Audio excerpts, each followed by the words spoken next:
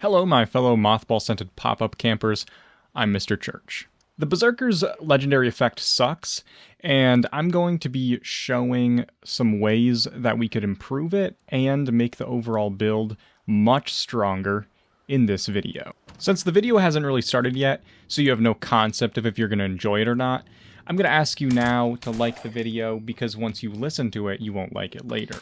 This will help me in the long run, and it won't help you at all. Now, even though Fallout 76 is an MMO and it has different builds that you can do, since 2018, Bloodied has been meta in the game. It is far superior in every way to almost every build that you can possibly do. And there aren't that many options either of like builds that you can build with like named legendary effects at the center of them. One of the ones that has been in the game since the game came out but has been very weak is the Berserker's legendary effect. Now obviously the Berserker's legendary effects gives you an increase of up to plus 50% damage as your damage resistance decreases. This is a very weak trade-off considering you have to be at 0 armor to get this effect maxed out. I have the impression that the Bloodied build was supposed to be like a glass cannon build, because you get so much damage being at low health, and there's so many things that increase that damage to synergize with it.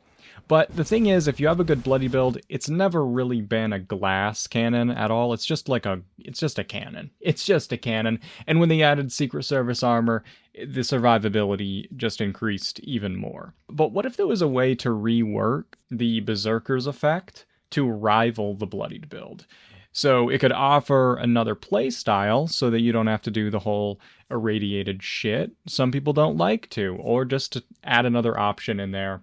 And at the same time, we could fix another legendary effect and create an actual glass cannon. And here are some ways that we can give it enough buffs for it to be a good trade-off. Now, the first thing I'm going to do is I'm going to buff Berserkers from plus 50% to plus 90%. This is still less damage than the Bloodied build, by the way. Bloodied will go up to plus 95%, and then on top of that, you can have the adrenal reaction mutation, which buffs your damage at low health, and on top of that, you can have strange in numbers, which buffs adrenal reaction even more.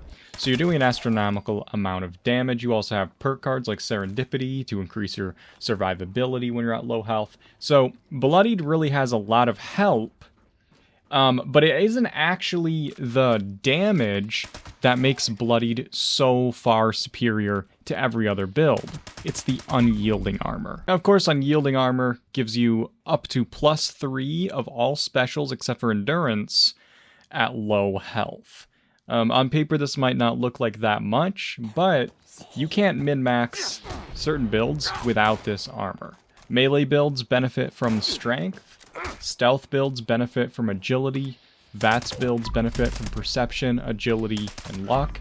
And that's not even counting the biggest reason why people use unyielding, and that's for the massive amounts of intelligence, which of course buffs your XP gain. So people that are grinding the scoreboard or just trying to level the hell up, they want unyielding armor. And there's no build that rivals it and gives you the same amount of power. Now, speaking of armor, the underwhelming damage that you get from the Berserker's effect isn't the only issue with it. Because you're not wearing armor to, have the 0 damage resistance, you miss out on a lot of legendary effects. And I don't just mean the primary effects, but also the secondary and tertiary buffs like Sentinel, Acrobats for fall damage, AP refresh. Like, those are all things that I use on all of my builds. And when I don't have AP refresh, I feel that. If you want to get legendary armor buffs and still have the Berserker's damage, you have to wear broken armor. And that's what a lot of people end up doing. Now, that just creates its own issues, okay? I mean, for one, it's fucking stupid. 2, you can't unequip it. Because once you unequip broken armor, you can't re-equip it unless you repair it first. Which then, of course, means you have to somehow get it broken again. And it's not too much fun getting your armor to break. And obviously there's things that'll unequip your armor for you. Like if you throw on a hazmat suit, for example, that's going to unequip all your armor. So that's, you just can't wear a hazmat suit, I guess, or whatever. Now, other players can also ruin your life when this is going on. Someone on your team could share Lucky Break without you noticing, which could randomly repair your armor, and then you need to get it broken again before you get your damage back up. Someone nearby you could pop a Scout's Banner. That happens at a lot of public events. And there's one of the Scout's Banner buffs is called the Research, and it repairs your armor, I think by 10% or so. But even if we buffed the damage of Berserkers, you still have this issue with not having a viable way to get legendary effects from the armor, because you're not just missing out on the damage resistance, you're missing out on so much in terms of the armor effects themselves. What if we could rework what I would argue is the worst armor prefix in the game and make it be the unyielding for Berserker's builds? And the prefix that I mean, of course, is Weightless. Weightless armor is, in my opinion, the worst legendary effect in the game, at least for armor primary effects. Now, if you look at it, it'll say that it weighs 90% less. That's what it tells you that it does. And that is true, but the main thing Weightless lets you do is wear armor, and you still get the chameleon mutation effect to proc. So the chameleon mutation, when you have your weapon out in your either armorless or in weightless armor, you will be invisible until you move or fire your weapon. And if you have Strange in Numbers, that will add a damage resistance while you're in that invisible state. It's a really strange concept because as soon as you fire your weapon, the effect ends. You're not invisible anymore. You don't have that damage resistance anymore. 5 pieces of armor that you could have be, I don't know, overeaters, for example, are effectively vanilla armor at that point. And you can get a better invisibility effect with 1 piece of chameleon armor, which as long as you're crouched, you will be invisible, and you can jump up and down, you can shoot, and you'll stay invisible. What's more problematic for weightless armor is the thing that it's giving you is the ability to wear the chameleon mutation, which actually doesn't affect your stealth as much as you might think. Unyielding, with just a few pieces on at low health, the amount of agility you get from that is going to make you more stealthy than the chameleon mutation ever could, because agility affects your stealth. So that's one of the reasons why Unyielding is so overpowered, is all the stats that it gives you buff almost everything that you want to be doing in the game. So this is my proposal to rework weightless armor. While it will still be able to do everything it currently can do, it weighs less, it can't drop for power armor, and it allows the chameleon mutation to proc if you have it. It will have 2 additional effects, and I would also recommend it has a different name as well. And I'll call it Imaginary, but it could be called other things. It could be called Cardboard or Glass, but I think Imaginary is fun, but I'll explain that more later. But this is what I propose that it would do. Beyond what I already said, weighing less and all that stuff, it will also gain up to +3 of all special except endurance when damage resistance is low. So this is exactly what Unyielding does, except instead of at low health, it's when you're at low damage resistance. So it hits +3 when you have exactly 0. And then the second thing that this effect will do is set your armor value to 0, so you don't have to break it. And it would only be setting the armor value of the piece that you get this effect on. So if you have, another piece of armor that has some damage resistance on it, you'll still have that. So this will also allow you to kind of mix and match if you want to. I know some people that run Unyielding, a lot of times they'll run around with like 30% health, say. And so they'll only be having the +2 specials, but they're a little bit more survivable and whatnot.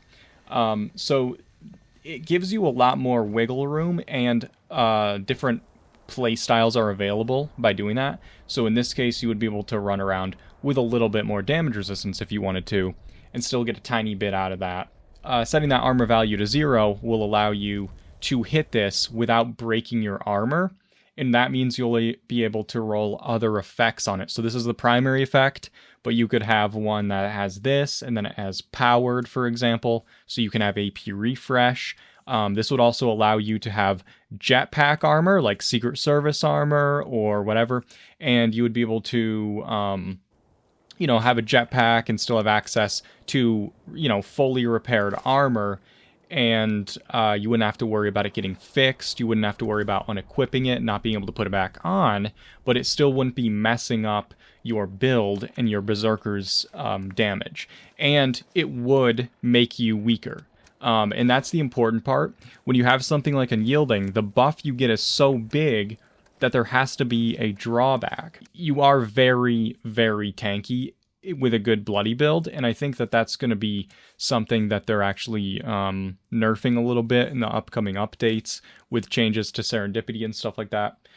So this would give you a different version of being squishy. You could have full health, but you wouldn't have any resistances. So you'd have to rely on either stealth, which you could do because you'd have high agility, or trying to max your endurance, which would be tough because this doesn't actually give you any endurance, or like trying to maximize your damage evasion. And I think it would be a really fun playstyle. So with 5 pieces of imaginary armor, you wouldn't have any damage resistance.